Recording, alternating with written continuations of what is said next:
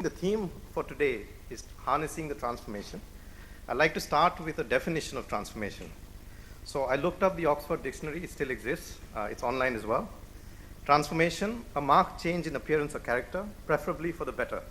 Who among us doesn't have a dream for a better India, a transformed India? I bear witness to this transformation. It began in our childhood when all of us aspired to get into a great university. Success meant being accepted into a top-notch university. When I did get into the best university in the world, the University of Michigan, discussions always revolved around what we colloquially called X+1. X+1 was that year sometime in the future when we'd actually go back to India. Of course, the X never came. For a lot of us, the X never came. It was our way of rationalizing the fact that we would actually never go back to India. And yet we are here today, talking about transforming India, maybe even transforming the world. I think that's transformation for you. In the words of Shakespeare, there comes a time in the affairs of men, which when taken at the flood, leads on to fortunes. Make no mistake, ladies and gentlemen, we are at such a tide. And I think how we exploit these opportunities going forward will determine the fortunes of not just all of us here, but many, many people outside this room. A very successful business person I met about 2 weeks ago said something very interesting to me. He said the last 2 decades were decades of arbitrage of opportunity of resources, opportunity of relationships, opportunity of knowing the right person, maybe in a way just being at the right place at the right time. I would like to argue that the next 2 decades are actually going to be decades of innovation. Our ability to outthink, outperform, be more productive than anyone else around the world. I see signs of this happening already.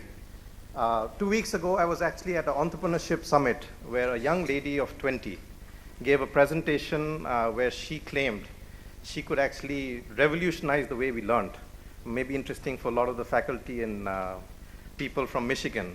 She actually claimed that in about 10 minutes, she could make you memorize almost anything at all. We were quite incredulous and we asked her to prove herself. So she promptly pulls out an Excel sheet, builds a 20 by 2 grid and throws in all kinds of words like Michigan and so on and so forth. And then she steps aside and says, test me now. And we very promptly wanted to test her. And so we said, okay, we pulled out a word and she gave us the number. We pulled out a number and she gave us the word. We tried to trick her, so we threw in words that didn't exist. And she promptly said that that word doesn't exist on my Excel sheet. So she's actually built a mechanism where she can teach people to memorize practically anything at all. And in a span of 15 minutes, she's got 40 franchisees now out of East India. She's doing remarkable things. I think that's the future of India. That's really how India needs to innovate, outthink, outperform, really do something unique and different. This is just one of the examples I can give you of what's happening with India at a very, very micro level. If only I had her when I was in Michigan, my grades might have actually looked very different. But on a more serious note, it exemplifies what I want all of you to take away from here today. Walk away with a conviction that we will no longer be what we were yesterday. We will imagine and build a new India. Walk away with pride and confidence, knowing that you indeed can make a difference. And if you actually went to the University of Michigan, you already know that you can. Actually, if you even visited Ann Arbor, you know you can.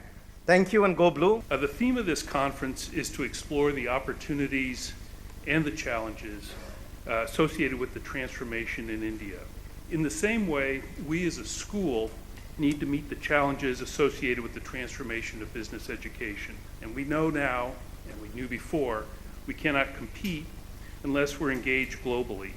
And globalization is one of the top priorities at Michigan Ross. I'll talk about our engagement here in India in a moment, but many of you may not be aware that we've had some successful engagement elsewhere in the world, specifically London in the UK, specifically in the last couple of weeks. At least at the last tally, if Michigan, the University of Michigan, was a country, we'd be ranked number 17 in the medal standings. So,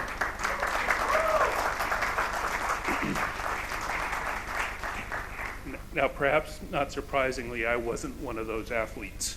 Getting back to the subject of globalization, we can't really be effective if we try to compete everywhere. We need to be strategic and opportunistic, and it is clear that one place where we have been and should be deeply engaged is in India. For almost 20 years, or perhaps even more, Michigan Ross has been here working with business and social enterprises and alumni.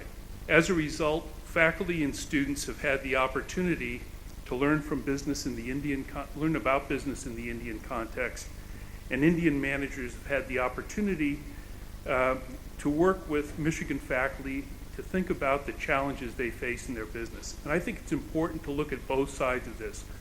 One is, sure, we want to work over here with Indian managers and enterprises, but we also want to provide the opportunity for students at Ross, for all students at Ross and all faculty, to learn about doing business in a different context. And I think India provides that context nicely. We formalized the activities that we've had with the creation of the India initiatives this year under the leadership of Professor M.S. Krishnan.